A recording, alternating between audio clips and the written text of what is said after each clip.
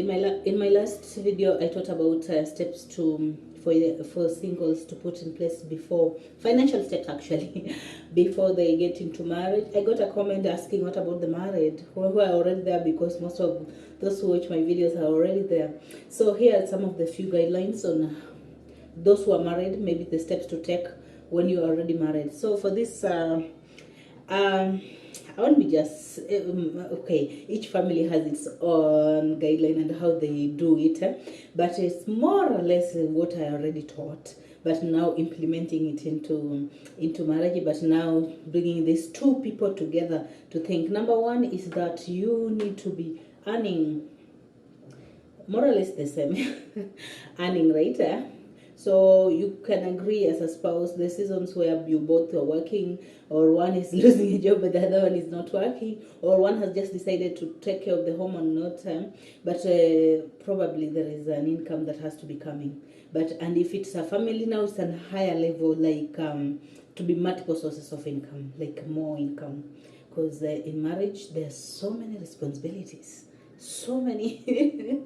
We are not talking about family, we are not talking about kids, we are not talking about the bills and also the extended family expecting something from you. So I think both couples have to contribute into that basket, not just the man only or the lady only that we're seeing nowadays, but all of us. But if you have agreed that the lady has to stay back and be a stay-at-home mom, nowadays ladies, you won't be limited. You won't be limited that when you're stay-at-home mom you can't make money. You can run a business online, you can do YouTube, you can do sell things online, and it's something so that to contribute and help this guy. What I've realized that most men will not just come up directly to your face and tell you that I really need your help, please help me. But God already told us in the Bible that we are their helpers. They really need that extra coin to help the family, and also just to secure your future, right? Because you never know, things are volatile, in that this guy can be sick, that render him not to be able to go to work. Okay, those are extreme cases, or pass away. Things like that. So we are not planning for unfortunate events, but these are reality of life. So an income that comes from both cases are good, so two are better than one. Yeah, although it's out of context, but it's also in this income source, it's a very good one. So I'll advise that both parties has to bring to the table. So just the same way as I was saying, also learn to plan finances together. Like let it be, you be accountable to each other. So okay, for me, I'm not for like that joint accounting, like each money should go to joint account. I don't know, each family, as I said, has its own way of doing things, but being accountable to each other. Like I'm bringing 10k, you're bringing 20k, so we have 30, our bills are 20, so we are doing like that. Let it not be there like some secrecy, because if you are able to be so naked, like and dress before him, why are you hiding your money, or why is he hiding his money? Like be open, budget together, plan together, be accountable to each other. Yeah, be accountable to each other. What you're earning, what they're earning, bring together. It solves so many issues. Like there will be no something like trust issues, like huyu anafanyanga nini pesa yake, mbona huyu afanyangi, mbona kuna madharau hapa na pale. No, it'll be like we are open. We are an open book. I'm earning this. Like I'm surprised that some couples even don't know their partner's salary. Kwani how did you date? Or did you marry your enemy? No, like be open. Be open and be accountable to each other. This is what we have and this is how we are going to spend it, and something like that. So another step is that plan for future. Set aside something for future. Don't consume everything when you are in a family way, because you have now children who will be in a few years going to school. Even if you know they're going to school. I'm talking about emergencies. I think when you're in marriage, the rate of emergencies increases. I'm talking about unatoka kazi, the kid is sick, very sick, very sick. So you can't say that, hey, sickness postponed until end month. No, they should be set aside a kitty. I'm talking about an emergency fund. They usually call it like so, right? Or the job can just get job inaisha hivyo, like when you are a single person, kazi ikiisha tu immediately, even if you don't have anything, it's easy because you can just go and stay with a friend or stay with sister, or go back home. And what about if you're in a family, in a marriage, you have some 3 kids like me? So how will you carry the 3 kids going back to your mother's house with your husband or the other side? So I think you really need to have an emergency fund. Let me tell you a story. There are times where I wasn't working during that time. I had taken a little break, of course. I was just continuing the online business here and there.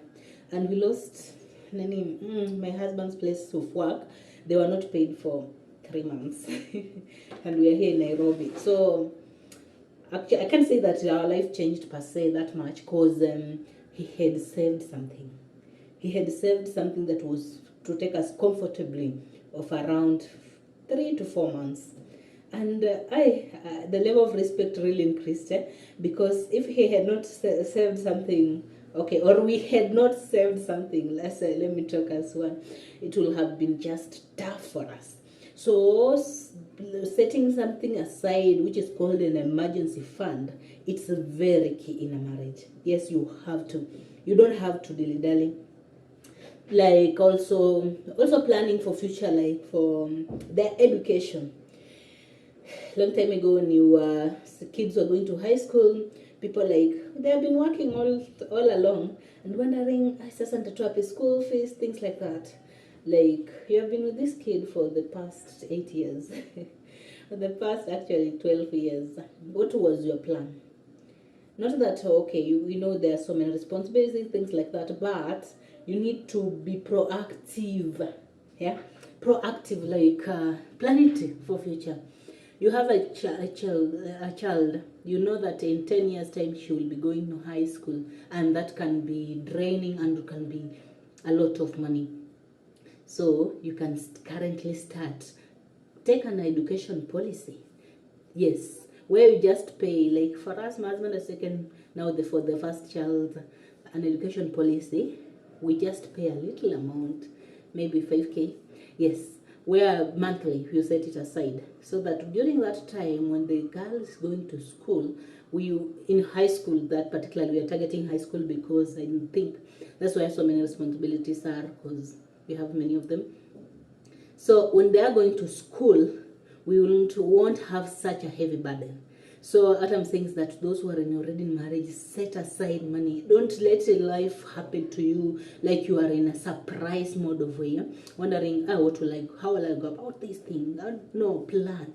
Sit down with your spouse. Like, say, let us maybe live an average life, but be able to secure the future of our children. What I'm still insisting, that the children's future should be secured by the parents during their heyday, during their strong days, so that during that time, and it comes that time, they're able to now to flow well. Number 3, okay, that is securing for the future, insurance, things like that. And also, as a family, you need to invest something that you set aside, but it is growing. Yeah, it is growing. The money is just growing, so that it can help you. It can help you as a family to cater for many other things, and also to develop you together. So another way that in a marriage situation of already when dealing with finances is that also deal with them, know how to agree on the issue of giving, or how you're going to handle both sides of the family. So we were taught in our marital classes, or some people usually advise is that if it's the wife's side of family, it is the husband who's sending there, and if the husband side of the family is the wife sending the money there. But I usually says that as the way you agree, but don't do it. Don't create a picture like you show that your spouse maybe is not willing to help your side of the family.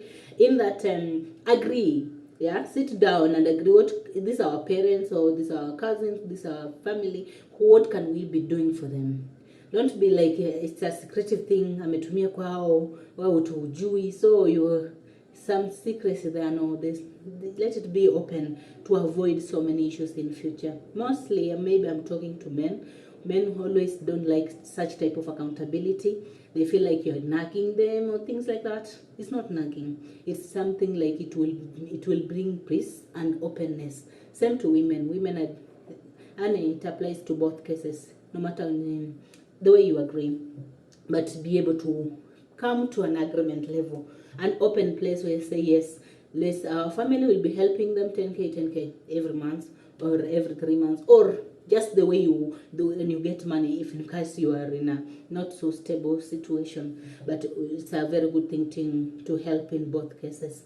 Another area, another case to help is to, another way is to help, is to come up with a structure of tithing, offering to God, giving back to God, giving back to society, giving back to the people that helped you.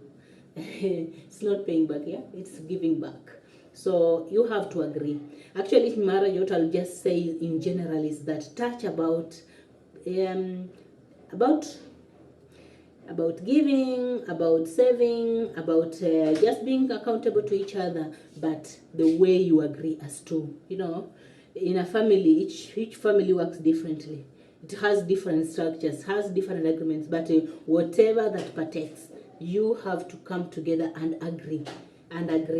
Even if you agree to disagree, but there was a communication and saying that I've taken this cash, I've done this with it, I've done this is set aside for the future. Don't just do it alone. You are no longer single, you are married. If you wanted to do it alone and in secrecy and in your own stuff, you will have remained single. So that is today's topic. May God bless you, and kindly like and subscribe. Bye.